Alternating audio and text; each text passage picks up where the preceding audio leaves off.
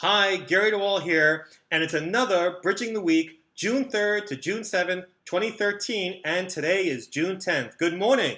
Speaking of today, you know what that sound is? That's the sound of the CFTC calling all Category 2 firms to mandatory clearing of certain single currency interest rate swaps denominated in US dollars, euros, pound sterling, and Japanese yen, as well as certain untranched index CDS swaps.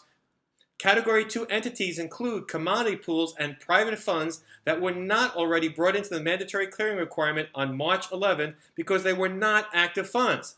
So there are a lot more funds subject to mandatory clearing today. Hopefully, they all set up their clearing relationships by now. So as of today, all the types of swaps subject to mandatory clearing by and between any combination of swap dealers, major swap participants, active funds, commodity pools, and private funds must be centrally cleared. All other financial entities, including ERISA pension plans, generally will be subject to mandatory clearing on September 9th.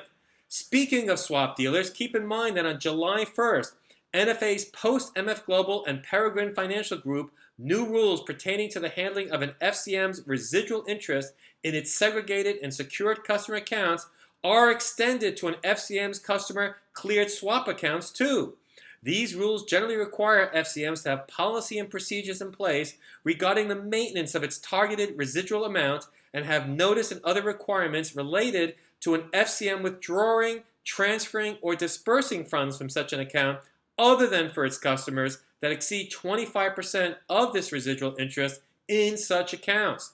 Two interesting litigation developments this week. Speaking of Peregrine Financial, on June 5th, the CFTC sued U.S. Bank, one of the banks that held customer accounts for Peregrine, the FCM from which Russell Wassendorf misappropriated more than $215 million over 20 years.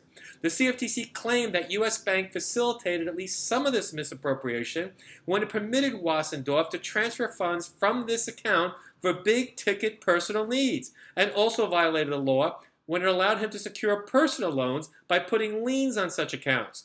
Take a look at my summary and lessons learned on my website.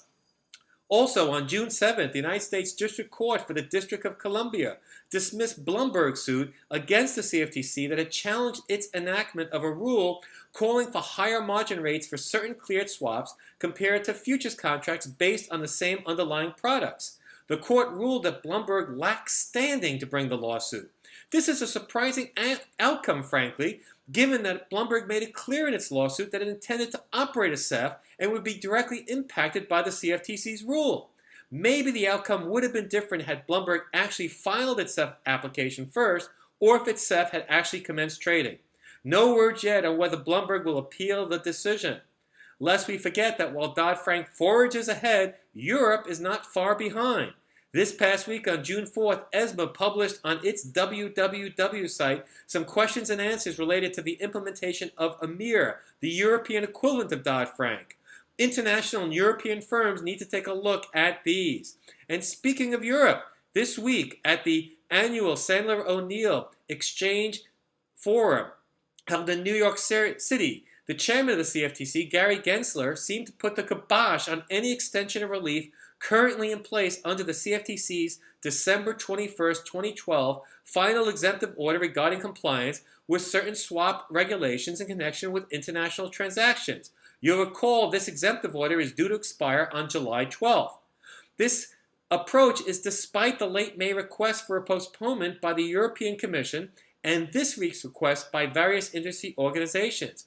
In my view, the CFTC's hard line is not only bad policy, but seems contrary to the law.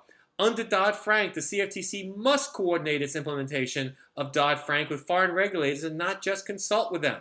See why I say this on my website.